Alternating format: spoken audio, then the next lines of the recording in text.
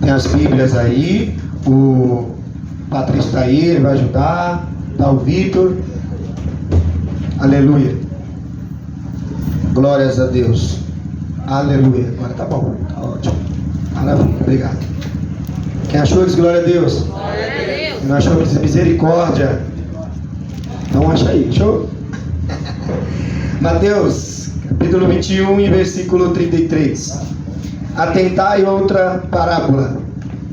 Havia um homem, dono de casa, que plantou uma vinha, cercou-a e deu uma sebe, construindo nela um lagar, edificou-lhe uma torre e arrendou-a a uns lavradores. Depois se ausentou do país. Ao tempo da colheita, enviou os seus servos aos lavradores para receber os frutos que lhe tocavam. E os lavradores, agarrando os servos, espancaram um, mataram um outro e a outros apedrejaram. Enviou ainda outros servos em maior número, trataram-nos da mesma sorte. E por último enviou-lhe o seu próprio filho, dizendo: ao meu filho eles respeitarão. Mas os lavradores, vendo o filho, disseram entre si: este é o herdeiro, ora, vamos matá-lo, e apoderando-se da herança dele, e agarrando-o, lançaram-no fora da vinha e o mataram. Quando pois vier o senhor da vinha, que fará aqueles lavradores? Responderam-lhe: fará perecer horrivelmente e estes malvados, e arrendará a vinha a outros lavradores, que lhe remetem os frutos nos seus devidos tempos. Perguntou-lhe Jesus: nunca leste nas Escrituras? A pedra que os construtores rejeitaram, essa veio ser a principal pedra, a angular. Isto procede do Senhor e é maravilhoso aos nossos olhos. Porquanto vos digo que o reino de Deus vos será tirado e será entregue a um povo que lhe produza respectivos frutos. E todo o que cair sobre esta pedra ficará em pedaços, e aquele sobre quem ele cair ficará reduzido ao pó. 45. Os principais sacerdotes, os fariseus, ouvindo esta parábola, entenderam que era a respeito deles que Jesus falava. E quando buscassem prendê-lo, temeram as multidão, porque estes o consideravam como um profeta. Amém, igreja? Amém. Curva a sua cabeça, vamos orar pela palavra. Ó Deus maravilhoso e eterno, nós estamos na tua presença, Senhor. Senhor, a tua palavra é viva e eficaz. Ó Deus, nós pedimos ao Senhor, ó Pai, que o Senhor perdoe os nossos pecados e as nossas falhas. Que o Senhor perdoe, meu Deus, ó Pai, tudo aquilo que nós cometemos diante da tua face. Deus, aqui está a tua santa palavra. Aqui está, ó Deus querido, Deus amado, aquilo que o Senhor, meu Deus, nos entregou como recurso para podermos ser direcionados, Senhor. Ó Deus, eu peço ao Senhor agora que o Senhor, ó Deus Santo, abençoe, Senhor, meu Deus, o teu povo. Que o Senhor prospere o teu povo. Que o Senhor, meu Deus, abençoe a vida do teu povo. É o que nós te pedimos e nós te agradecemos no nome de Jesus. Pode se assentar aplaudindo o Senhor. Aleluia. Glórias a Deus. Irmãos, com a Bíblia aberta, hoje nós vamos aprender uma coisa muito importante. Nós vamos ver aqui que Jesus, ele está vindo de uma caminhada longa de alguns sermões. Jesus está pregando a palavra de Deus, ele está ensinando. E eu quero aqui enfatizar três coisas. Eu quero dizer sobre a presença do Pai, do Filho e do Espírito Santo, sobre os três tempos que nós vamos ver aqui dentro das Escrituras. Nós vamos ver que Deus nos amou de uma forma... Está muito alto? Tá? Deus nos amou de uma forma... Está melhor agora? Deus nos amou de uma forma tão grande, a Bíblia fala, que Deus enviou o seu Filho, sim ou não? Sim. Então isso mostra que teve uma ação do Pai. O Pai teve uma ação em enviar o seu Filho. Mas também depois da morte do Filho, nasceu e surgiu algo. O que surgiu depois da morte do Filho? Quem sabe dizer? A igreja. Não nasceu a igreja? Depois da morte e ressurreição de Cristo, o que nasceu? A igreja. Então a igreja é o último recurso para o homem. Então nós vamos aprender uma coisa importante. Volte aí no capítulo 21, olha uma coisa interessante. A Bíblia vai dizer que Jesus ele vai começar a nos ensinar de uma forma grandiosa. Você vai ver que ele vai falar sobre a entrada triunfal de Jesus em Jerusalém. Logo em seguida, depois vai falar da purificação do templo. E depois ele vai falar da figueira que não dá fruto. E ele vai falar da autoridade de Jesus, né? De João Batista. Depois ele vai dizer da parábola dos filhos, que também vai falar de uma vinha. E depois ele vai dizer sobre os lavradores maus. Nós vamos ver, entender isso e compreender.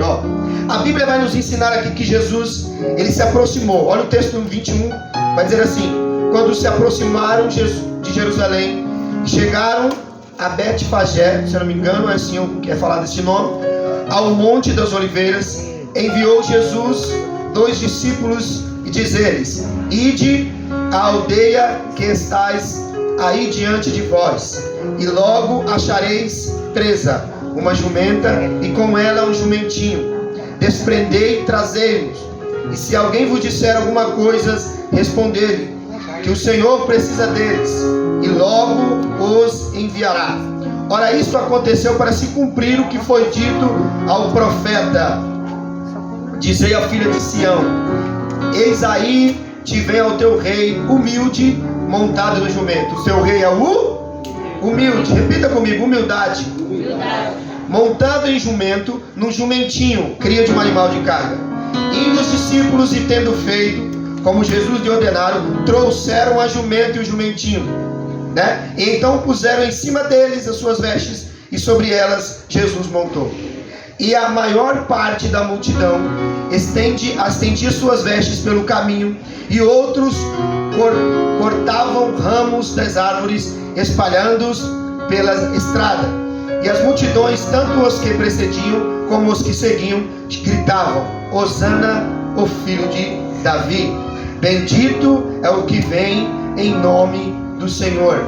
Hosana nas alturas. E entrando ele em Jerusalém, toda a cidade se alvoroçou e perguntaram: quem é este? E as multidões chamavam: este é o profeta Jesus de Nazaré da Galiléia. Olha como que é tão interessante. Para nós entendermos o que está acontecendo, e nós entendemos o amor do Pai, a graça do Filho e a presença do Espírito Santo sobre a igreja, nós vamos entender uma coisa. Quando Deus libertou Israel da terra do Egito, Deus prometeu que Deus levaria eles para uma terra que manava leite e mel. Sim ou não? Sim. Eu disse isso, está lá em Deuteronômio. Nós vamos ver que Deus abençoou eles com uma terra boa. Na quarta-feira nós falamos sobre isso. Sim ou não? Nós vamos ver uma coisa interessante.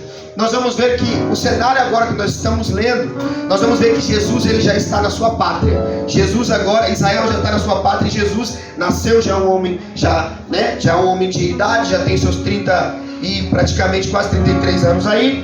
Nós vamos ver que Israel então já tinha se estabelecido. Israel agora já é grande. E nós vamos ver que Jesus, ele vai agora entrar em Jerusalém. Era uma profecia que tinha que se cumprir.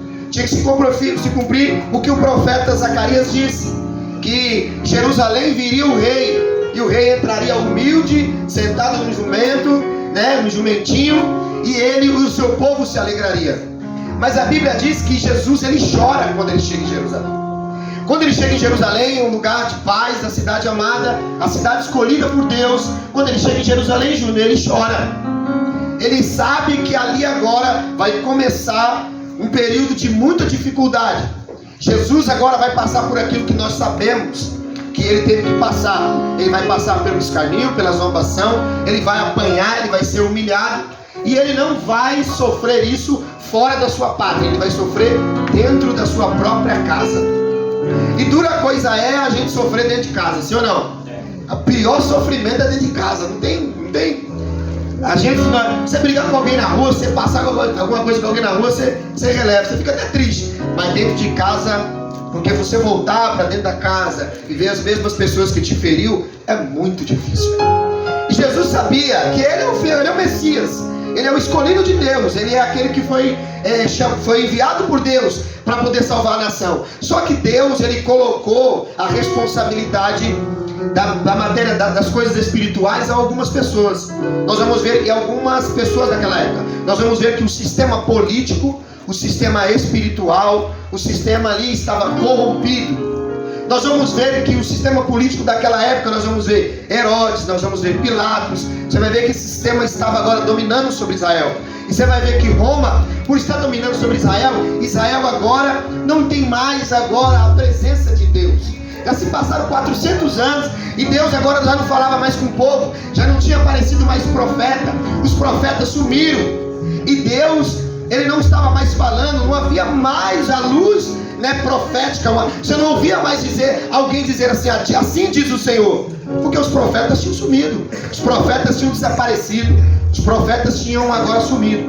Mas a Bíblia diz que antes de Jesus aparecer, nós vamos ver que um profeta vai nascer dentro de casa no período de esterilidade. Nós vamos ver João Batista. João Batista, ele foi o primeiro recurso de Deus enviado para aquela nação que estava corrompida naquela época. João Batista, ele veio mostrando dentro da palavra, como diz o profeta Malaquias, e nós vamos ver que João Batista, ele aparece no deserto, pregando a palavra de Deus. Ele aparece no deserto agora, ele dizendo para o povo se arrepender, para o povo buscar Deus e largar suas práticas.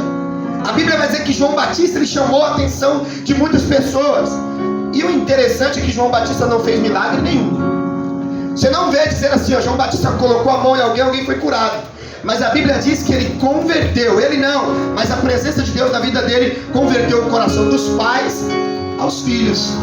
A função de João Batista era de preparar o caminho, era de endireitar. Por isso que muitas pessoas não gostam da palavra, porque a palavra ela faz o quê? A palavra ela te coloca no seu devido lugar. A palavra ela vai te endireitar. Se você tiver com a sua vida totalmente fora, quando você começa a escutar a palavra, ela começa a colocar você no lugar reto, porque a Bíblia diz que a palavra do Senhor ela é reta, ela é pura. E João Batista aparece como raio profético depois de mais de 400 anos. A Bíblia diz que ele aparece agora dizendo, assim diz o Senhor. E ele começa a pregar a palavra no deserto. E nós vamos ver isso no texto de Lucas. E é um interessante para nós entrarmos no que Deus colocou no meu coração. Nós vamos ver que todo o sistema dessa época está corrompido. E olha o que a palavra de Deus vai nos falar. A palavra de Deus vai nos ensinar que no tempo em que João Batista é levantado, a palavra de Deus ela já havia sumido de alguns lugares. Ela já não era mais pregada da forma que deveria ser pregada. A Bíblia vai dizer assim, e no 15º ano do reinado de Tibério César, sendo Pôncio Pilatos governador da Judéia, aonde Jesus sofreu mais conflito, aonde Jesus era perseguido para ser morto, lá está um governador bom ou ruim? Bom ou ruim, igreja? Ruim. Então se Jesus fosse para a Judéia, além dos judeus que estavam perseguindo ele, lá tinha um governador bom? Não, mas Jesus está no meio de um governo maligno. Jesus está agora no meio de uma geração, como foi dito aqui pela palavra, uma geração arrogante, uma geração que não é humilde, uma geração que não teme a Deus e que não é piedosa. Nós estamos falando de Pôncio Pilatos, que era governador da Judéia. Herodes, Jesus passou pela mão de Herodes. Ele era o tetrarca da Galileia, região em que Jesus mais pregou a palavra. E nós vamos ver que na Galileia, o seu irmão Filipe, que era tetrarca da região de Itureia, que João Batista denuncia o pecado, dizendo, não é lícito dormir com a mulher do teu irmão, ainda ele estando vivo. Nós vamos ver que era outro corrompido. E nós vamos ver agora aí, você vai ver que em Tricônites, Lisânias, tetrarca de Abilene, sendo sumos sacerdotes do templo, aonde Jesus agora vai aparecer para poder purificar, quando ele quebra tudo ali. Nós vamos ver que tem duas figuras que não temem a Deus e não foram escolhidos por Deus para estar lá dentro. Nós vamos ver Anás e Caifás. Mas a Bíblia vai dizer assim, veio a palavra de Deus a João Batista, filho de um sacerdote, no deserto. A palavra não apareceu no templo, não apareceu na sinagoga e ela não apareceu no sinédrio. Ela pouco menos apareceu nas regiões onde estavam os políticos. Ela aparece no deserto, com um homem que está vestido com uma roupa diferente, ele não se importa com os manjares do rei, nem com a comida do palácio, mas a Bíblia diz que este homem vai pregar a palavra, e as pessoas vão até este homem, João Batista. João Batista pregava o arrependimento, e a palavra de Deus estava com João Batista no deserto. Então entenda uma coisa agora: se todo o cenário que está corrompido, a Bíblia vai nos ensinar aqui, e o sistema político, o sistema espiritual, que era para agora fazer um governo bom, e os que eram espirituais eram para ensinar, eles estavam tudo errado. Imagine agora como estava a vida do povo. Você já parou para imaginar? Deus, ele nunca vai operar em situações aprazíveis. Por que Deus levanta? Eu sempre digo isso. Por que Deus levanta um profeta? Deus levanta um profeta para denunciar algumas coisas, sim ou não? E para encorajar a nação. Quando o povo estava dividido entre dois pensamentos, Deus levantou Elias. Quando o povo precisava ser arrancado, quando os líderes que eram mal, que estavam corrompidos, precisavam de uma correção, Deus levantou Jeremias. Quando o povo precisava ir para a Babilônia, Deus levantou Ezequiel. Então, em cada período, Deus prepara e levanta um homem de Deus para avisar a sua nação o que vai acontecer. Agora, para e pensa. Eles estão agora na sua pátria, Ricardinho. Eles estão agora na sua casa. Vamos imaginar agora que a Santinês agora é Israel. Tirando para fora aí da Bel Tavares, Assis Ribeiro, já não são mais regiões agora da Santinês. Você imagine agora, esse lugar aqui é o lugar agora aonde Deus vai falar. Jesus vai dizer que ele plantou a nação de Israel como uma nação para dar exemplo. Israel era a luz dos povos. Israel era para ser a nação em que todos os outros povos eram para vir buscar a Deus. Mas olha como que está o cenário lá dentro. O governo estava tudo corrompido. Nós vamos ver que o sistema político e espiritual todo arruinado. Então você imagina agora, tem que vir alguém diferente? Sim ou não? Logo na entrada, Jesus chora por causa disso. Jesus sabe que agora na onde ele vai entrar, ele sabe que aquelas pessoas que estão ali, que conheceriam a palavra, que sabiam das escrituras, que sabiam tudo, eles não iriam amar ao Senhor, eles iriam crucificá-lo. E nós vamos ver aqui, Águida, uma coisa importante. Jesus vai contar essa parábola porque ele vai nos ensinar uma coisa. Ele vai dizer que existe um tempo para que nós venhamos buscar a Ele, porque vai chegar o tempo que o homem vai buscar Deus e não vai encontrar Ele, não. Olha o que vai acontecer. Nós vamos ver que na entrada triunfal vai ser usado alguns versículos, e esses versículos são os versículos de Salmo 118. No Salmo 118 vai acontecer uma coisa que me chama muita atenção. A Bíblia vai dizer aqui no Salmo 118, 26, que vai dizer assim, ó: bendito o que vem em nome do Senhor, a vós outros da casa do Senhor nós vos abençoamos. Você vai ver que o povo que era humilde, simples, estava ligado na revelação, e ele estava dizendo: bendito é o que vem em nome do Senhor. Eles estavam vendo ali o Messias entrar. Os que tinham uma visão espiritual e que não tinham nada para oferecer estavam ligados e quem era aquele homem. Mas os líderes, os que eram para estar ligados, estavam desligados. Fariseus, zelotes, essênios, os escribas, Cainás, Anás, Caifás, todos eles estavam desligados. Você já parou para analisar? Imagine agora, os camaradas comiam a Bíblia, liam a Torá, já sabiam os ensinamentos, mas quando Jesus aparece no cenário, eles não conheceram Jesus. Você já imaginou? É como nós estamos aqui, Rafael, pregando a palavra de Deus, e daqui a pouco Jesus aparece aqui, entra aqui, senta conosco, mas nós não o conhecemos. Por quê? Porque eles estavam corrompidos. E isso já nos mostra uma coisa já para nós ficarmos ligados. Não quer dizer que você, por conhecer as escrituras, não quer dizer que você tem discernimento às vezes espiritual. Sabia? Porque Jesus entra numa sinagoga e ele vai abrir a palavra de Deus, ele vai ler e ele é expulso da sinagoga. Porque quando ele diz: o Espírito do Senhor está sobre mim, quando ele diz: o Senhor me ungiu, quando ele diz: eu sou o Messias, ele é expulso. Mas aquela nação não era a nação escolhida por Deus? Aquela nação não era a nação que ele meditava nas escrituras? E por que aquela nação não estava enxergando o Senhor? Cegueira espiritual. Tem gente que vai à igreja, tem gente que vai participar do culto, tem gente que vai ler a palavra e mesmo assim ainda vai estar cego. E olha como é tão interessante esse salmo, no 118, nós vamos ver que o povo já está dizendo aqui, ó: bendito é o que vem no nome do Senhor. Mas os líderes religiosos não entenderam isso. Os que deveriam entender, não entenderam. Olha como que é tão interessante. O que está na igreja é o que deveria entender o que Deus está fazendo. E muitas das vezes eles não entendem. Aí olha o que vai acontecer. Jesus, ele tem que contar as coisas por parábola, sim ou não? Sim ou não, igreja? Sim. Então, porque alguns não estavam entendendo. Então Jesus, ele vai entrar em Jerusalém e ele vai dizer assim, ó, no versículo 12, que tendo Jesus entrado no templo, expulsou todos que ali vendiam e compravam. Qual era o primeiro lugar que estava corrompido? O templo. Depois, olha o que vai acontecer no versículo 18, do 21. Cedo de manhã, ao voltar para a cidade, Jesus teve o quê? Fome. E sabe o que estava ali, Camila? Olha como que é tão interessante. Jesus viu uma árvore que era para dar fruto, ela tinha folhas, mas não tinha fruto.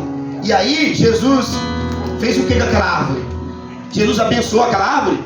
Não, Jesus vai dizer aqui, ó, e vendo uma figueira à beira do caminho, e ele vai dizer assim, ó, lá no versículo, versículo 21, Jesus, porém, respondeu, em verdade vos digo, se tiveres fé, né, e não duvidando, não somente fareis o que foi feito à figueira, mas até mesmo, se a este monte disser, erga-te e lança-te ao mar, tal sucederá, e tudo quando pedires em oração, crendo que recebereis. Você vai ver que ele vai dizer àquela figueira que ela não vai dar mais fruto e ela vai perecer, sim ou não? Agora pare e pense, qual que é o cenário aí? Ele está mostrando que Israel representa aquela figueira, sim ou não? Que foi plantada há muitos anos, porém ela estava dando fruto? Ela estava vivendo de aparência, e viver de aparência na presença de Deus é a pior coisa. E aí Jesus tem que explicar isso de uma forma para as pessoas entenderem. Aí ele vai lá, faz com que essa figueira murche, logo depois seja amaldiçoada. E você vai ver uma coisa aqui, ó, preste bem atenção. 23, tendo Jesus chegado ao templo, estando já ensinando. Depois que ele expulsou lá do templo, depois que ele pegou ali e falou com a figueira, imediatamente aquela figueira ali não nasceu mais nada nela, já não tinha. Agora olha que interessante, ele já está ensinando.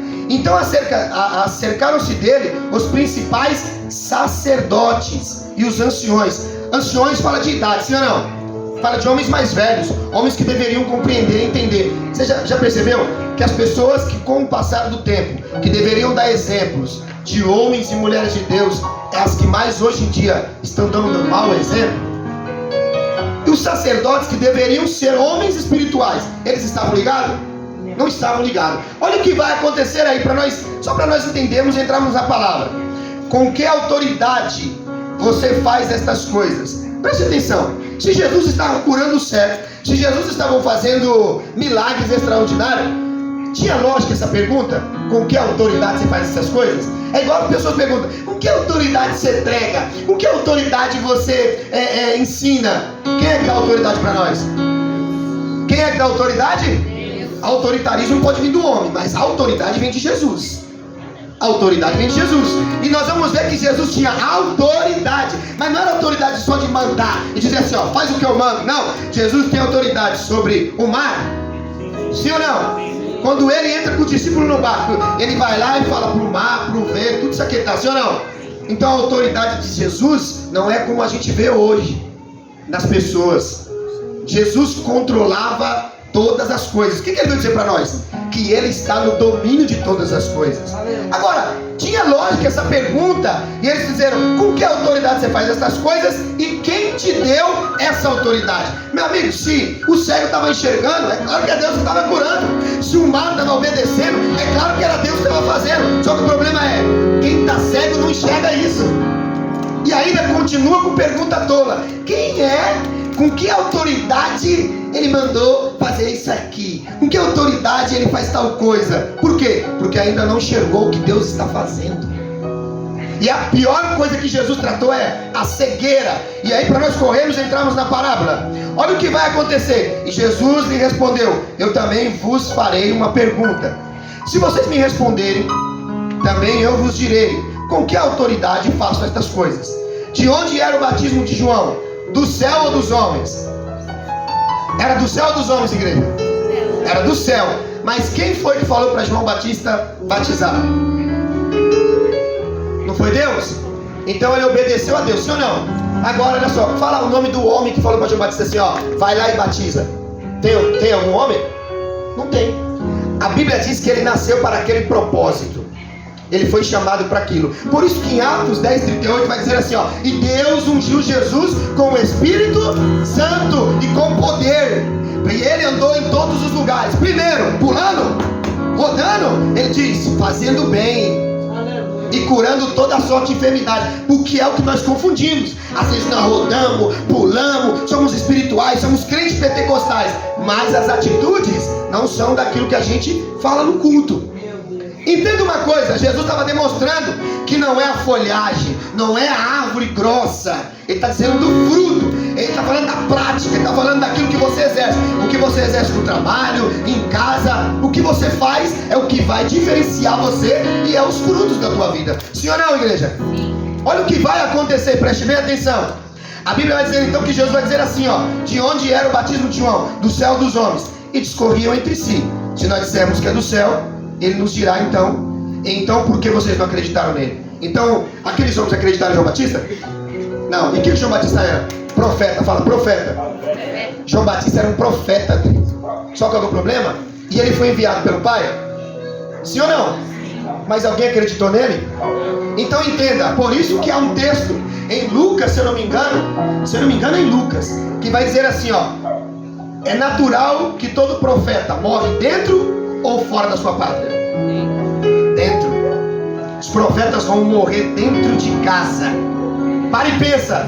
Eles estavam rejeitando aquilo que o Pai enviou. Qual foi a primeira coisa que o Pai enviou? A palavra. Primeiro, ó, entenda uma coisa: que quem vem ao culto e não gosta da palavra e rejeita a palavra, está rejeitando o próprio Pai. Por quê?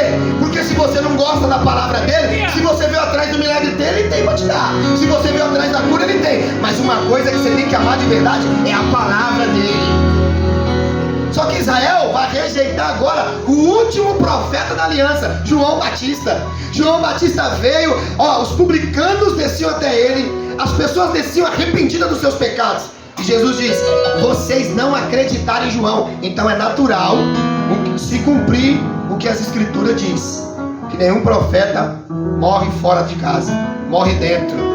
Então se prepare uma coisa, olha o que a palavra de Deus vai dizer para nós, e isso é muito forte. Jesus vai dizer assim, ó, eu vou achar aqui para vocês compreenderem melhor.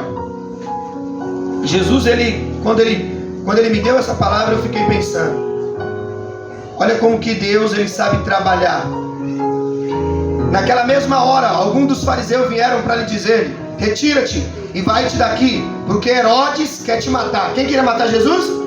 Herodes era o que? Era um político corrompido. Aí vai dizer: ele porém respondeu: ide dizer esta raposa que hoje e amanhã eu expulso demônios, eu curo enfermos, e no terceiro dia, ó, ainda terminarei. Importa contudo caminhar hoje, amanhã e depois. Por quê? Porque não se espera que um profeta morra fora de Jerusalém.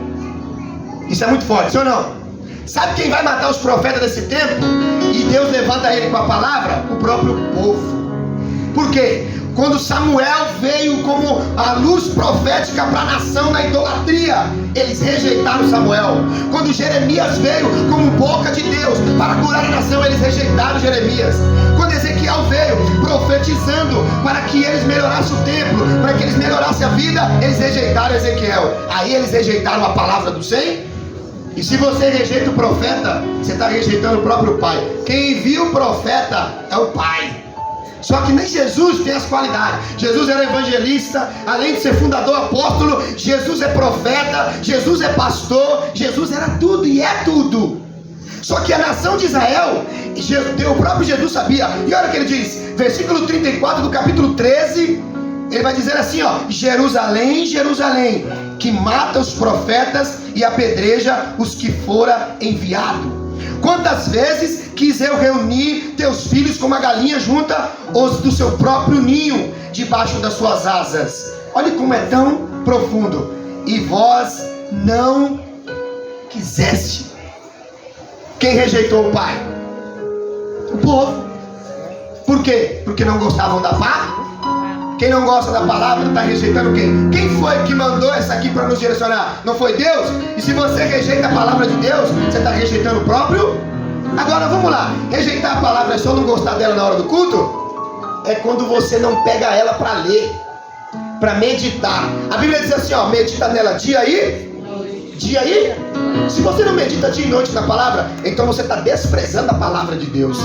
Algo que vai te dar vida, vai te direcionar, vai te levantar, algo que vai mudar você. Só que você despreza. A palavra de Deus para você não é nada. Ela fica lá no cantinho lá do seu rack, ou encostada na sua gaveta, e você não tem tempo para ouvir a palavra, ou para meditar nela. Aí sabe o que acontece? Na hora da crise, você vai buscar o quê? A palavra. E dura coisa é quando você vai buscar a Deus quando você está no momento de crise. É ruim, sim ou não? Você tem que buscar a Deus só nessa hora, igreja? Não. Você tem que buscar a Deus porque você o ama. Só que esse sentimento, para nascer em nós temos ainda que passar por muitas coisas para nós aprendermos. E é isso que nós temos que entender. Então está dizendo, ó, é normal, Odri, de Jerusalém matar os profetas. É normal quando, olha como uma coisa que é tão interessante. O profeta, por ele não fazer milagre, Rafael, as pessoas falavam assim, eu não vou lá não, João Batista só fala palavra dura, João Batista só fala de pecado, João Batista só fala. Mas Deus levantou João Batista para converter o coração, e não para tratar só um milagre na carne. Entenda uma coisa, tem gente que vai ser curada da depressão, tem gente que vai ser curada fisicamente de um câncer, vai ser curada, mas nunca vai agradecer e não vai entrar no céu. Jesus curou 10 leprosos, a Bíblia diz que só um voltou para agradecer. Tem gente que vai ser curada, mas não vai ser salva. E nós vamos ver no texto de Zaqueu, quando o próprio Jesus cura um cego, e quando ele cura o cego, a Bíblia diz assim que o povo glorificou. Mas quando ele entrou na casa de Zaqueu, e Zaqueu se converteu, o povo não gostou. Como pode? O que vale mais? Salvação ou milagre? Só que o maior milagre para nós é a salvação. Porque olhem para você, corrompido, vivendo na imoralidade, fazendo tudo que não prestava, e Deus tem um plano para te salvar ainda. Por quê? Porque o plano de salvação não veio da igreja de São. O plano de salvação não veio da Debrais. O plano de salvação não veio da Belém. O plano de salvação veio do céu, e veio através de Jesus de Nazaré. E nós temos que preocupar aqui na igreja com a primeira coisa é o que? Salvar. Só que nós trazemos os problemas seculares para a igreja, sim ou não? E Deus está falando, ó, eu sei que você tem vários problemas, porque se ele acalma o mar, acalma a tempestade, acalma tudo, ele conhece o problema. Só que olha o que vai acontecer, preste bem atenção. No versículo 33 nós vamos entrar na palavra. Então Israel aqui, eu coloquei um desenho aqui, Israel está cercado, já está na sua pata, está cercado. Ela representa uma vinha. Quem sabe dizer o que é uma vinha? Quem sabe dizer? O que é uma vinha? O que é uma vinha, Vinícius? O que é uma vinha, cara? Ela trabalha, essa vinha é para fazer uvas, é o cultivo de uvas. Fala vinha. A igreja está aí, vinha. Isso, ó, é o cultivo de uvas. A Bíblia vai dizer que Israel foi plantada como uma vinha para dar fruto, para dar, ó, demora para vinha produzir, sim ou não? Ela tem um tempo para produzir, sim ou não? Agora você imagina, Deus está dizendo aqui, ó, logo no 33, atentei a outra parábola. Havia um homem, dono da casa, que plantou uma vinha. Essa vinha é Israel. Fala, essa vinha é Israel. Deus plantou Israel ali como uma vinha para dar fruto. Por quê? Lembra que você, quando você vai tomar a Santa Ceia, ela é produzida do que? De que fruta? Do quê? De qual? Por isso nós temos que entender, ó, e Deus, ele é tão maravilhoso. Entenda uma coisa, Deus estava produzindo ali já, através da vida de Israel, a vinda do Messias, porque ele veio de dentro dessa linhagem. Israel foi produzido, foi colocada para produzir essa vinha e para as outras nações se deliciar com os banquetes espirituais que a nação de Israel tinha para dar, mas ela estava corrompida, Rafael. Ela não produzia mais nada. E olha o que Deus vai dizer. Deus colocou pessoas responsáveis para tomar conta da vinha. O problema é que quando Deus coloca a responsabilidade em nós e a gente é irresponsável, as outras coisas não vão produzir. Olha como que vai acontecer. O dono da casa, que é Deus, plantou uma vinha. O que ele fez? Cercou. Ele cercou ela com uma cerca. Fala, proteção. Israel não é protegida até hoje? Pode ir lá, pode tentar lá, vai vir a guerra que for, ela não vai cair. Por que ela não vai cair? Porque ela é protegida por quem? por Deus. Agora entenda uma coisa: cercou ela de uma sebe e construiu nela um lagar. Um lagar é um lugar onde pisa a uva. Preste bem atenção aqui em mim. Quando Deus vai levar o povo para o cativeiro, a Bíblia diz que Deus falou assim, ó, em Lamentações: e eu levei Israel para o lagar e pisei nela, para que ela possa ser pisada, para ela aprender a valorizar o Deus que ela tem. Tem momentos que Deus, ele vai fazer você frutificar, e quando a uva ela já está pronta, ela tem que ser arrancada e alguém tem que pisar nela. Por que tem que pisar nela? Para extrair o que ela tem, sim ou não? Então Israel, nós já sabíamos que Israel, ela vai passar por esses treinos. Agora, olha o que vai acontecer aí. Então edificou uma torre, né? Uma torre, fala, lugar de vigia. Então tinha a torre, a via estava cercada. Israel, que Deus tirou do Egito, né? Que era foi conduzido a essa terra. Ela era rica, produzia frutos para a glória de Deus. Só que quando Jesus aparece nesse cenário, Israel está seca. Quando o dono vai aparecer, quando o filho do dono vai aparecer, está seca. Olha o que vai acontecer. Olha só, e arrendou a uns lavradores, depois aos em torno do país. O que o dono fez? Colocou alguém para tomar conta. Certo? Beleza? Eu vou sair daqui e vou deixar o Dri, o Ricardinho, o Vinícius e o Leandro tomando conta da missão resgatar. A missão está dando fruto?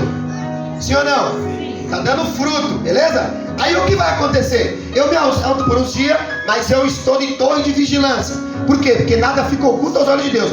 Aqui, olha a representação. Eu me ausento por uns dias e deixo na mão deles. Mas aí eu vou mandar os servos para colher os frutos. Vai lá e fala pro Ricardinho, pro Dri, vai lá e fala pro Vinícius e pro Leca que eu quero os frutos. Eu sou o dono, só que eu mando agora o Vitor, mando o Varão aqui, e quando chega lá, o Vinícius, o Leca, o Ricardo e o Dri vão pegar eles e vão bater neles, sabendo que eles vão atrás do fruto. E eles vão fazer o quê? Vão bater neles, vão maltratar eles e ainda mais, vão matar eles. Você imagina agora a notícia chegando, o rei lá sentado dizendo: ó rei, eu escapei, eu fui lá para poder pegar os frutos. Só que quando eu cheguei lá, o que aconteceu? Ó, bateram em mim, bateram nos seus servos, humilharam os seus servos, tem mais, mataram alguns dos teus servos. Aconteceu isso com quem? Com os profetas. Deus enviou os profetas e Jerusalém fez o que com elas? Mataram elas. Nenhum profeta morreu fora da pátria, morreu dentro. Aí olha o que vai acontecer. Deus fala: mas não pode. Eu acho que Deus vai lá e fala: mas não pode ser. Eu deixei o Ricardinho, que é tão espiritual. Eu deixei o Dri, que é tão espiritual. Eu deixei o Leca, que é um cara na palavra. Eu deixei o Vinícius, que é um homem também da palavra. E eles estão maltratando. E eles, os meus servos, que vão colher os frutos, eles mataram. Aí olha só, a cidade que era uma cidade de paz, uma cidade que era uma cidade que era amada, quando Deus deixou o negócio na mão dos homens, o que eles fizeram? Transformaram numa cidade homicida, transformaram numa cidade cheia de sangue, transformaram num país onde estava a imoralidade, estava tudo não prestando mais. Aí o que acontece? Deus envia o profeta, Jeremias apanha, é levado ao poço, Ezequiel é maltratado. A Bíblia diz que todos os profetas sofrem. Por quê? Eram servos, só vieram para pedir para Israel o fruto. Entenda uma coisa: toda vez que Deus enviar um profeta dizendo para você: coloca a tua casa em ordem, toda vez que Deus enviar um profeta dizendo assim: ó, eu vim colher em você fruto digno de arrependimento, é porque Deus enviou aquele profeta lá. Sabe o que Deus está fazendo com a Santinês? Ele está dizendo: ó, eu preciso fruto, eu preciso de frutos dignos de arrependimento, antes que venha o dia do Senhor. E se Deus falou que na Santinês teria fruto, olha o que está acontecendo. Agora, quem tem que ser responsável? Ricardinho. Quem Deus confiou. A quem Deus confiou a missão? Não foi a nós? Sim ou não? Então eu vou ter que prestar conta. Como um pai de família que tem que prestar conta daquilo que faz, nós vamos prestar conta. Olha o que vai acontecer. A Bíblia vai dizer assim, ó, que os lavradores, agarrando os servos, ó, espancaram e mataram, e a outros apedrejaram. Enviou ainda outros servos em maior número, e trataram-nos da mesma sorte. Aí eu lembro das palavras de Jeremias: Senhor, nós fomos até eles e nós dizemos que o Senhor os ama. Senhor, nós dizemos que o Senhor tem juízo, que o Senhor tem cura. Mas, Senhor, eles mofavam os profetas. Está escrito isso em Crônicas. Mas, Senhor, eles nos jogavam nos calabouços. Senhor, eles nos maltratavam. Senhor, eles nos humilhavam. Senhor, eles não queriam. Eles rejeitaram a tua palavra. Aí Deus usa como último recurso. Para Israel, ele envia João Batista. O homem comia gafanhoto, não vivia no palácio, comia véu silvestre. E a Bíblia diz que ele veio dizendo: ó, arrependei-vos que é chegado o reino de Deus. E a Bíblia diz assim, ó: cortaram a cabeça de João Batista. Você tem noção? Deus olhando do céu e vendo um profeta que foi enviado com a palavra, o seu pescoço parar no palácio e o seu corpo lá fora? Imagina como está Deus. Aí Deus agora enviou os profetas, mas agora ele vai enviar alguém especial. Se eles conheceram o servo, mas maltrataram, vamos fazer o seguinte: vamos enviar o filho. Será que eles vão maltratar o filho? Olha o que a Bíblia vai dizer. Quem está entendendo a glória a Deus? Glória a Deus. Enviou ainda outros servos em maior número, né? 36. E trataram nos dias a mesma sorte. E por último, quem é o último recurso humanamente? Foi Jesus, ó. O último enviou-lhe o próprio filho. Jesus foi o último. Por isso que ele diz: eu sou o alfa e o ômega. Eu sou o começo, eu sou o fim. Não vai vir outro Messias. Acabou. João Batista disse que o Messias viria. Eu sou o noivo que veio para a noiva. Eu sou o último recurso. Ó, eu não sei qual é o último recurso que você está procurando, mas só tem um, e é Jesus de Nazaré. Aí olha o que vai acontecer. Vamos enviar o último recurso? Enviou-lhe o seu próprio filho, dizendo: ah, meu filho, eles te respeitarão. Respeitaram Jesus? Agora eu quero perguntar para você: você respeita ele? Você faz o que ele manda? Você faz a vontade dele? Aí para e pensa. Nós reclamamos de Israel, que Israel matou fisicamente, e nós que rejeitamos ele todo dia. Olha o recurso, Leandro. Aí ele está dizendo: o último enviou o seu próprio filho. A meu filho respeitarão. Mas os lavradores, vendo o filho, disseram entre si: este é o herdeiro, ora, vamos matá-lo e apoderarmos da sua herança. Quando eles viram Jesus fazer milagre, fazer todas as coisas, eles sabiam que Jesus era o Filho de Deus, sabiam que era o Messias. Só que eles estavam preocupados com a herança da terra ou a herança do céu? Da terra. E a pior coisa do mundo é quando a gente não olha para o céu, a gente fica focado na terra. Entenda uma coisa: você vai morrer? E você vai entrar na eternidade ou você vai para o inferno? E aí? Quem quer ir para a eternidade aí da glória a Deus? E para ir para a eternidade só tem um que tem o caminho. Quem é? É Jesus. Quem é o caminho, a verdade e a vida? É Ele. Agora, olha como é tão interessante.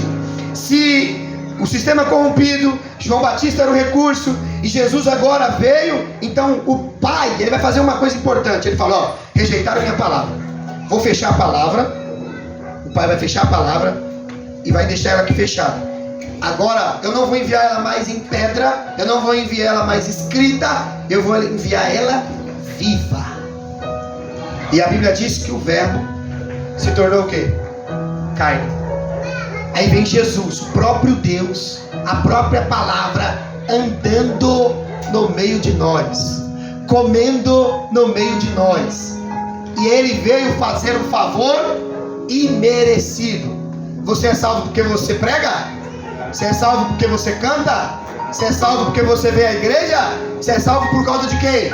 Por causa de Cristo. Isso é um favor que nós não merecemos. Aí ele vem fazer um favor para nós que nós não merecemos, e nós deveríamos ser primeiramente o quê? Grato. Você é grato pelo que Deus faz na tua vida? Você é grato pela salvação? Você é grato pelo ar que você está respirando? Você é grato pela terra? Você é grato porque você está vivo? Não. Sabe por que que não? Por quê? Porque gratidão não é só abrir a boca e dizer eu sou grato. É a conduta, é servir Ele.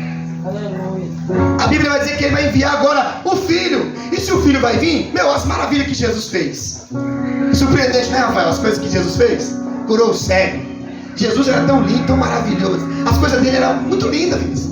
E por que levar um cara daquele ao madeiro? Por que levar Jesus à morte? Por que ter inveja de um homem que curava as pessoas? Por que ter inveja de um homem que fazia o bem? E por que chicoteá-lo? Por que maltratá-lo? Por que fazer tudo aquilo com ele, meu irmão? Você já parou para analisar o que a nossa geração vai ter que contar diante de Deus? Ele veio para fazer o que nós não merecemos e ele recebeu como prêmio um castigo daquele. Ele leva nossas dores, nossas enfermidades, ele leva tudo. E aí, olha o que vai acontecer com a igreja agora. Que aí agora nós vamos entender o que resta então para o proprietário. Essa é a palavra de hoje. O que é que o proprietário? Você, se você já enviou os servos, Ricardinho, se você já enviou o filho e eles rejeitaram, o que resta para você fazer? O que você fazeria, Ricardinho?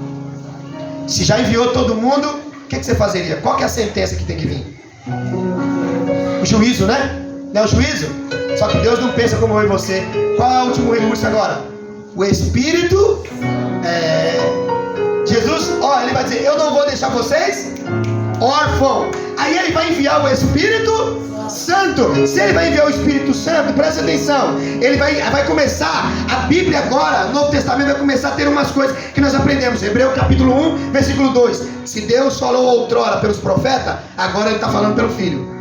Aí vai dizer aqui para nós, João capítulo 3, versículo 16. Deus amou o mundo de tal maneira que ele enviou o seu único Filho, para aquele que nele crê não pereça, mas que tenha vida eterna. Olha o que Deus está dizendo. Ó, todos os recursos de amor Deus enviou para a igreja. Agora, ele sendo crucificado, precisa nascer a igreja. Então entenda uma coisa, bote na sua cabeça: você foi plantado para dar fruto. Você foi colocado para fazer a obra do Senhor. Deus te deu responsabilidades. Por quê? Porque a vida não é tua. Só que o problema é, ele vai te cobrar. O problema é que ele bate, ele vem até a nossa casa, ele vai no nosso trabalho, ele está todo dia falando para nós: ei, eu quero os frutos, eu só não quero mais nada, só quero o fruto.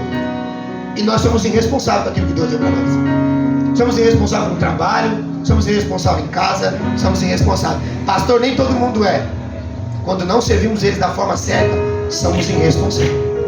Olha o que vai acontecer. Abre para mim aí agora, Hebreus capítulo 13, versículo 12. Abre aí, Vitor, e lê para nós. A igreja da glória a Deus. As pessoas ouviram a mensagem de Jesus. Só que Jesus foi amado ou rejeitado? Ele foi amado ou rejeitado? E então entenda o que o Leandro falou aqui, é uma coisa interessante. Não espere da nossa nação amor. Por quê? Porque se rejeitar o Filho de Deus, você acha que você não vai ser rejeitado? Você acha que quando você começar a fazer o bem, começar a andar certinho, começar a fazer as coisas de Deus, você acha que as pessoas vão... Nem todo mundo vai chegar em você e falar: ó. Por quê? Porque nem todo mundo gosta disso.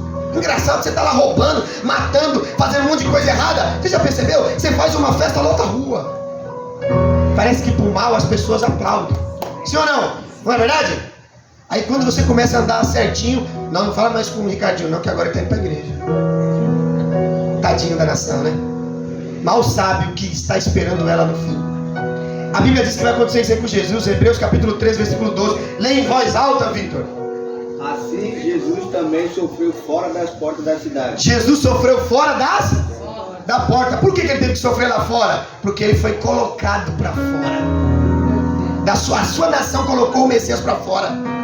Aí nós esperamos a aprovação. Ô geração que gosta de ser abraçada e ser aprovada, faz de tudo para ser aprovado. Aí Deus está falando para nós aqui, ó: se não aprovar o Filho e se mataram os servos, você acha que vai acontecer o que com você quando você começar a andar sério? O que gostaram mais? Do gadareno em perfeito juízo, ou eles ficaram tristes porque os porcos se perderam? Eles queriam os porcos, eles não queriam o homem perfeito. Entenda. Ó, quando você começar a fazer a obra de Deus, quando você sair do tráfico, quando você sair da bebida, quando você sair de qualquer coisa que destrói a tua vida, talvez o dono do bar vai falar: ei, nunca mais tomou uma por nós aqui, nunca mais deixou seu dinheiro aqui. E o diabo, ele sabe o que Jesus faz. Porque, ó, imagine, se eu sou aqui um cara do tráfico local e eu tenho 20 conexões aqui na região, se eu cair, vai cair todo mundo. Então Jesus traz prejuízo do inferno. Por quê? Porque quando ele arranca um, todos os outros quebram, meu amigo. Quando ele corta a cabeça da cobra, o corpo inteiro padece. Pode ser gigante, pode ser Nabucodonosor, pode estar com o patamar lá em cima. Quando ele corta a cabeça, acabou, meu irmão. Acabou, vai trazer prejuízo. Então o diabo sabe, ó, fulano não vai mais usar, não vai ter como mais comprar. Por quê? Porque fulano se converteu ao Senhor. Então o diabo luta para que nós não trouxermos prejuízo para ele. Então ele é inteligente, ele não é bobo. É por isso que ele sabia, é por isso que Jesus falou, ó, eu não vou ficar magoado com vocês, eu não vou ficar com depressão, porque eu sou Deus, né, mas eu também sou homem. Eu não vou ficar triste, eu não vou ficar nada. Por quê? Porque o que eu estou fazendo vocês não entendem, mas vocês vão entender lá na frente. Jesus parecia que estava perdendo, sim ou não? Mano, imagina Jesus lá, Rafael. O cara está apanhando, sofrendo. Imagina os discípulos se esconderam, está de porta trancada, enquanto Jesus está indo até o Gólgota, está se cumprindo a palavra, sim ou não? E quando ele chega lá, e quando a Bíblia diz assim, que ele diz, Pai, eu paguei a dívida deles, está pago. Nós ganhamos, meu irmão. Você está aqui por um favor que você não merece. Você tem um recurso hoje que você não ralou, você não plantou, você não fez nada. E ele está dizendo para mim e para você hoje você tem o direito à vida eterna, tem o direito à salvação, você tem direito ao céu. Por quê? Porque ele padeceu e sofreu por mim, por você. Aí ele está dizendo, Israel me rejeitou como nação. Eu fui expulso da minha casa. Eu fui expulso de dentro da minha própria casa. Eu sofri lá fora. Olha o que o texto diz. Continua, Vitão. Para santificar o povo por meio do seu próprio sangue. Então ele nos santificou por meio do próprio sangue. Agora, mas se a vinha era Israel, e era o lagar das uvas, era o lugar onde tinha o fruto, Jesus viu que estava seco lá dentro, e precisava morrer lá fora, precisava fazer o sacrifício lá fora.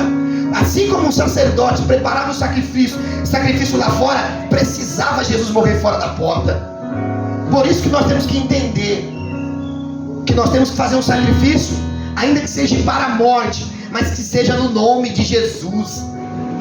Você tem que doar a sua vida a Ele. Deus não se importa com a sua casa, com o seu carro. Deus não está nem aí para essas coisas, porque Ele te dá, enquanto você tem vida aqui, Ele deixa você ter, mas Ele está preocupado com a tua vida. Porque enquanto estamos aqui, quantos jovens não estão morrendo? Enquanto jovens nessa sentinela não estão morrendo na droga, na prostituição? Enquanto nós vivemos em brigas, talvez em igrejas ou qualquer outra coisa, quantos não estão morrendo? Jesus não se importou com isso, senão Ele tinha escolhido um partido. Jesus, Ele deu a vida dele. Não interessava se era branco, se era negro, não interessava se era japonês, não interessava nada. Para Ele, o importante era a vida. Você sabe o que é para uma mãe, ou para um pai, ou até para uma pessoa que ama de verdade? Saber que o filho, ou com a esposa, o meu casamento está uma bênção agora, porque o meu marido está indo para a igreja, a minha esposa aceitou Jesus e agora está vivendo uma vida com Deus. Ó, a minha vida agora mudou. Eu estava na farra, eu chegava 1, 2, 3 horas, minha mãe não dormia, mas agora minha mãe está dormindo até tarde. Por quê? Porque eu entreguei a minha vida para Jesus. Isso não tem preço. Isso não tem preço. A Bíblia diz aqui para nós que Jesus morre fora da porta. Jesus, Ele também foi rejeitado. Leia aí para nós, Vitão. Isaías capítulo 8 e o versículo 14. Abre aí, Vinícius. Romanos 9:32. Romanos 9:32. Aleluia. Isso, Isaías 8:14. E a Graça, por favor, Graça. Consegue abrir aí? Você consegue filmar, abrir a Bíblia e dar uns pulos aí de glória a Deus ainda, ó. 1 Coríntios 1:23. Olha como que é tão profundo. Preste atenção. Leia o Vitão primeiro. Para os 2 reinos de Israel, ele será um santuário, mas também uma pedra de tropeço. Para! O que Jesus foi para Israel? Uma pedra de tropeço? Meu Deus, ó. Como que Jesus era uma pedra de tropeço se ele fazia tudo aquilo? Isaías já estava dizendo, ele será um tropeço para muitos. Para os fariseus, hipócritas, religiosos, ele era uma pedra que eles trupicava e caía. Mas para nós, o que ele é? Para nós, nós sabemos o que ele fez por nós. O que ele é para nós? Ele é a rocha. Ele é o Deus verdadeiro. Olha o que vai agora dizer Romanos 9:32, né, Vinícius? Por quê? Porque não foi pela fé, mas como que pelas obras da lei, pois tropeçaram na pedra de tropeço. Eles tropeçaram na pedra. Eles rejeitaram e colocaram a pedra para fora. Mas eu fico vendo que Deus, ó, Ele acompanha nós desde o Velho Testamento. A Bíblia diz que Jacó, numa fuga, deita em cima de uma pedra. A Bíblia diz que Moisés, para dar água para as ovelhas, tem que arrastar a pedra. Todos os homens que estavam no Velho Testamento usavam a pedra para alguma coisa. Para escrever os mandamentos foi escrito na pedra. Aí olha o que a Bíblia vai dizer em 1 Coríntios capítulo 10. Lê aí para nós. 1 Coríntios 10. Lê para nós, então. Acho que é o versículo 10. Capítulo 10, versículo do 2, 3 em diante. Olha como é lindo. 10:4. Pode ler. 10:4. Lê em voz alta, Graça. E beberam da mesma fonte espiritual, porque bebiam de uma pedra espiritual que os seguiam. Quem é que seguia? A pedra estava lá. Quem era essa pedra? Jesus. Você está entendendo? Nós nunca percebemos isso. Por quê? Porque não meditamos nas Escrituras. Nesses 3 períodos, Deus vai enviar o Pai, Deus vai enviar o João Batista, Deus enviou Jesus, Deus envia o Espírito Santo. O Espírito Santo é o último recurso. Por isso que Paulo falou: não apagues o Espírito. Nós apagamos o Espírito Santo. Ele é nosso amigo, ele está conosco, ele é nosso consolador. Mas nós não tratamos o Espírito Santo assim. Tratamos? Sim ou não? E é isso que nós temos que entender. Se o Espírito Santo, que é o nosso amigo, nosso consolador, o nosso recurso, nós não tratamos ele assim, porque o resto nós já rejeitou. Israel rejeitou. Israel, quando olhou para João Batista, disse: eu não quero pai. Quando olhou para Jesus, eu não quero filho. Aí Jesus morre. Ele vai agora, vai nascer dele a igreja, e da igreja agora vem o Espírito. E Deus continuou fazendo milagre através da igreja de Atos dos Apóstolos? Sim, 2:42. Lê aí, então. 2:42 de Atos. Sabe o que vai acontecer? A Bíblia diz que o Espírito Santo continuava fazendo as suas operações. A Bíblia diz que eles estavam unidos. Lê aí. Eles se dedicavam ao ensino dos apóstolos e à comunhão, ao partir do pão e às orações. Todos estavam cheios de temor, e muitas maravilhas e sinais eram feitos pelos apóstolos. Isso daí é a igreja. A igreja estava unida, tinha maravilha, tinha coisas boas acontecendo, a igreja estava crescendo. Mas o que aconteceu com a igreja? Rejeitou o Espírito Santo. Até quando nós vamos rejeitar o que Deus manda para nós? Não queremos a palavra, Pai, porque é dura. Não queremos o Filho, porque ele exige mudança. A cruz traz transformação. Não queremos o Espírito, por quê? Porque ele convence do pecado, do juízo e da justiça. Fala para mim, você quer o quê? O que você quer? A real, o que você quer? Se você rejeitou o Pai, o Filho e o Espírito, qual é o recurso que você quer? Aí você vai ver Estevão falar isso. Mais pra frente aí, Atos capítulo 7, abre aí, Vitão, versículo 51. Aleluia, Deus é maravilhoso demais. Preste bem atenção aí, ó. Vitão com a voz de trovão. Preste bem atenção, pera aqui, ó. A igreja está entendendo? Glória a Deus.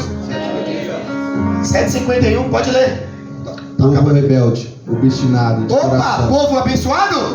O povo o quê? Isso é Velho ou Novo Testamento?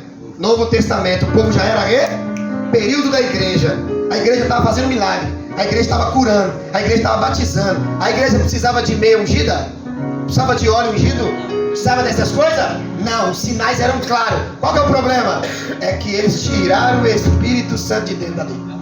Rejeitaram o Espírito. Sabe por que nós estamos transformando a igreja em tudo quanto é coisa para nós ficarmos felizes? Porque estamos mandando o Espírito Santo embora. Toda vez que nós entendemos que precisamos do amor do Pai, meditação na palavra foi dito hoje, que nós precisamos da graça, e entender que não é por mérito, mas também não é débito. Entenda uma coisa: você precisa da graça para te salvar. E entenda, você precisa ter uma comunhão com o Espírito Santo. Fala, eu preciso. Fala mais alto, eu preciso ter comunhão com o Espírito Santo. Aí você é amigo do pastor, você é amigo dos membros da igreja, mas você não tem comunhão com o Espírito Santo. Por isso que eu sempre falo, um pastor inteligente não ensina a sua igreja a depender dele, mas a depender da graça. É por isso que Paulo disse a Timóteo uma coisa importante. Ele disse, fortifica-te na graça, o favor que você não merece. Leia a palavra, preste atenção nas escrituras, porque o Pai está nela. As escrituras falam de Cristo, mas ele diz, não rejeite o Espírito Santo. Aleluia! Só que a nossa geração é uma geração dura, é uma geração arrogante, soberba. Mas amantes dos prazeres do que o próprio amor de Deus. Elas não estão nem aí para o que Deus pensa. Elas não são como Adão. Adão pecou e se escondeu. Elas pecam e tiram foto. Elas pecam e publicam na rede social. Elas matam e fazem o videozinho para ter like. Elas roubam e acham que isso é uma alegria. Mas a Bíblia diz que o que vai então esperar para essa nação? O que essa nação merece então, Rafael? O que o dono então aqui tem que fazer? Ele vai trazer juízo. E aí, o que você quer? Você quer o juízo de Deus na sua vida? Entenda uma coisa. Jonas foi o recurso para Nínive. Jonas foi o recurso de pregação. Não houve milagre em Nínive. O profeta não curou ninguém. Mas na pregação de Jonas houve salvação. E é isso que nós estamos confundindo. Nós vamos à igreja querendo o milagre de Cristo, sim, mas não queremos compromisso com Ele. Nós queremos ouvir uma palavra para nos encorajar, sim, mas na semana não temos compromisso com a palavra. Nós vamos até a presença do Espírito Santo para curar nossos sentimentos, mas não queremos comunhão com o Espírito Santo. Relacionamento. Deus não quer que você só venha à igreja, Ele quer relacionamento com você. Relacionamento não é só na igreja, não. É na tua casa, é no teu trabalho, é na tua empresa, é aonde você for. Você tem que estar meditando na palavra. Você tem que estar sempre agradecendo a Deus. Você tem que estar sempre falando com o Espírito Santo. Nossa geração, ela tem esquecido do Espírito Santo. Sim ou não, igreja? É eu que estou falando, não é a palavra? Pode ler aí, Vitor. Bem alto. Obstinado de coração e de ouvidos. Não, lê devagarzinho. Eles são o que? Obstinado de coração. Se uma pessoa é obstinada de coração, como é que ela vai tratar ela? Agora lê de novo e outra. Qual que é a outra coisa? Corações e de ouvidos. Tá vendo? Não está disposto a ouvir a palavra. Eu não vejo a hora de acabar isso para mim ir embora. Ah não, eu fui lá hoje, mas eu não gostei porque a palavra é muito dura. Duro vai ser você passar a eternidade no inferno. Duro vai ser você ouvir de Deus assim, ó: apartai-vos de mim que eu nunca te conheci. Duro vai ser para sua mãe ou para um parente seu saber que você poderia ter um enterro digno, mas agora a sua morte foi uma tragédia e você perdeu a salvação. Isso é duro.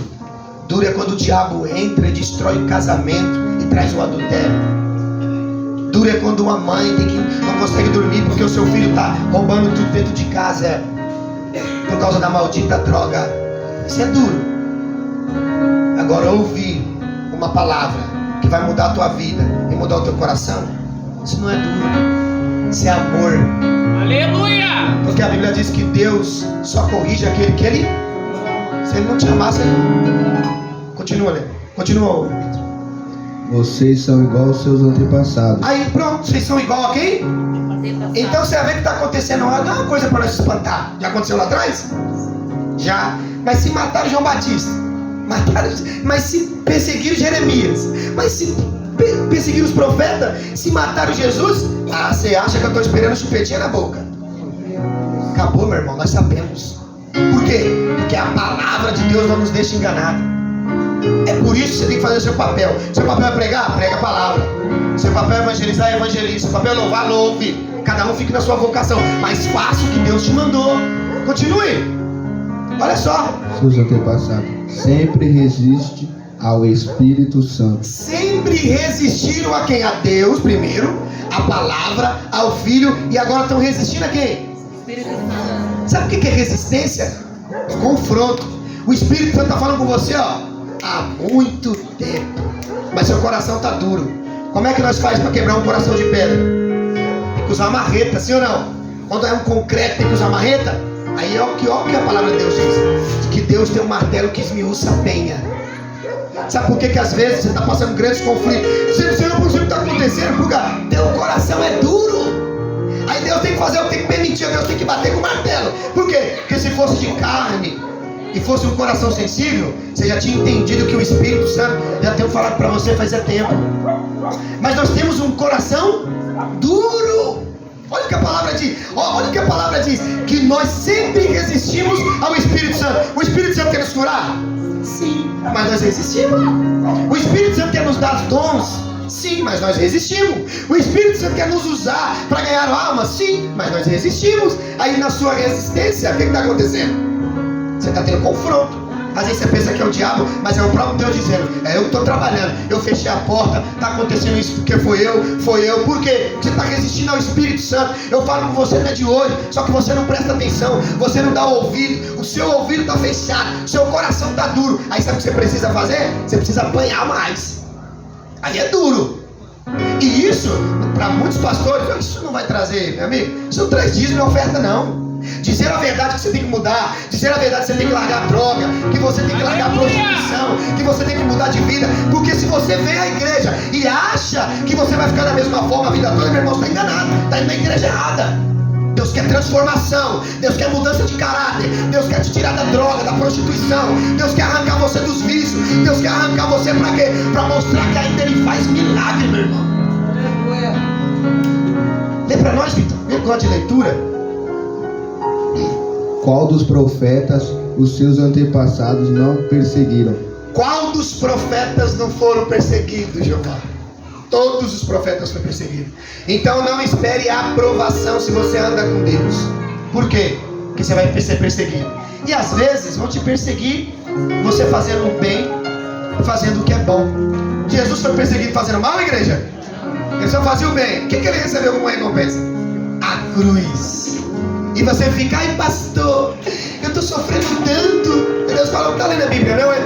A palavra é bússola. Você não está lendo a Bíblia? Que ele apanhou, que ele sofreu, que ele foi humilhado, que ele foi rejeitado. E eram pessoas mais velhas, eram pessoas espirituais, eram pessoas que conheciam, e eles mataram ele.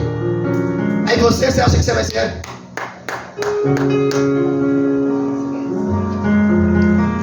Pronto, só a frase aí, ó, bonita, hein? Esquece. Você vai ser, adianta, vai ser perseguido. Termina esse texto para nós acabar. Eles mataram aqueles que predizia a vinda do justo, de quem agora vocês se tornaram traidores e assassinos. Quem está falando isso aí é um diácono da igreja. E ele está dizendo assim, ó, o Estevão vai ser apedrejado e vai ser morto. O cara que fazia milagre, Estevão vai ser morto. Estevão não era um diácono qualquer, que ficava na porta, não, meu. Ou que só amava a igreja, não. Era um cara cheio do Espírito Santo. E o texto diz aí, ó, versículo 54, eu vou ler, Vitão. Versículo 53, vós que recebeste a lei por intermédio dos anjos e vocês não guardaram. Ouvindo eles isto, enfureceram-se no seu coração, rilharam os dentes contra ele. Mas Estevão, cheio do Espírito Santo, estava cheio de quê, Rafael? Do Espírito? O que ele recebeu? Cheio do Espírito Santo, fitou os olhos no céu, viu a glória de Deus e Jesus que estava à sua direita, e disse: eis que vejo os céus abertos e o Filho do Homem em pé à destra de Deus. Eles, porém, clamando em alta voz, taparam os seus ouvidos, unânimes, arremeteram contra ele e lançando-o fora da cidade, igual Jesus, fora da cidade, o apedrejaram. Mataram um homem cheio do Espírito Santo.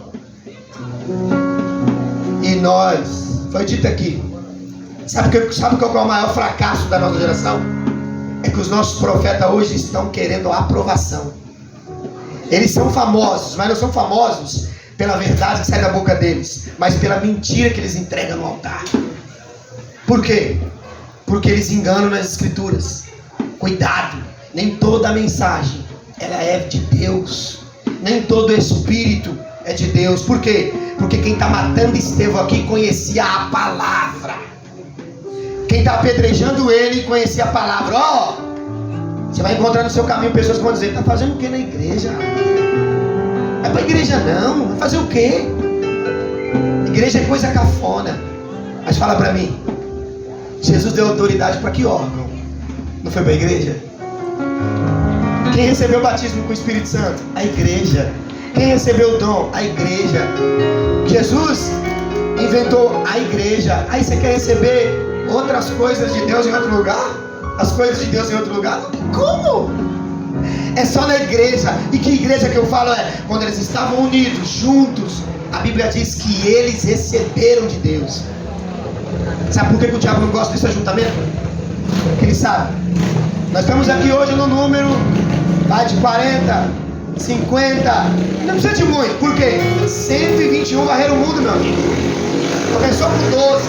12 foi para 121. E de 121, hoje o evangelho está sendo pregado. Deus não precisa de muito para fazer grandes coisas. Aleluia! Porque com o filho dele ele fez muita coisa.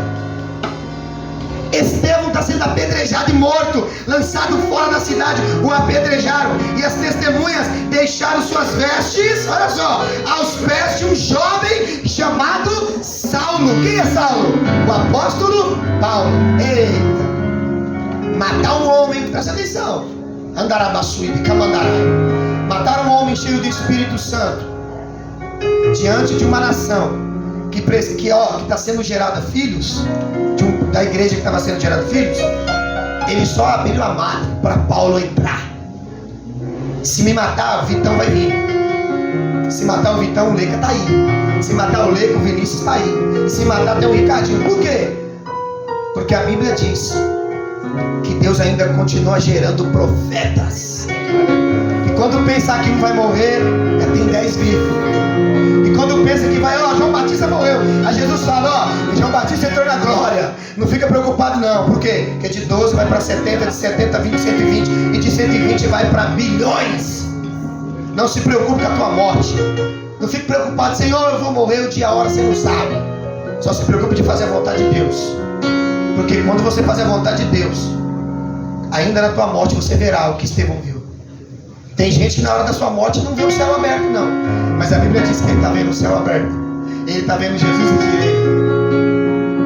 E ele é recebido pelo Pai.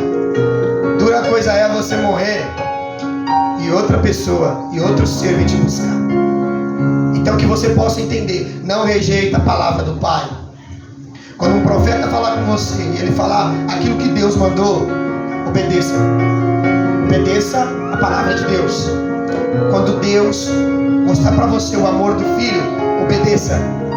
Quando Deus mostrar para você que você está errado em alguma questão e você for convencido pelo Espírito Santo, obedeça. Por quê? Porque se você negar esses 3, vai bater na porta que você quiser, faz o que você quiser, você já perdeu tudo que você tinha que perder. Porque o Pai, o Filho e o Espírito Santo é que essa geração precisa.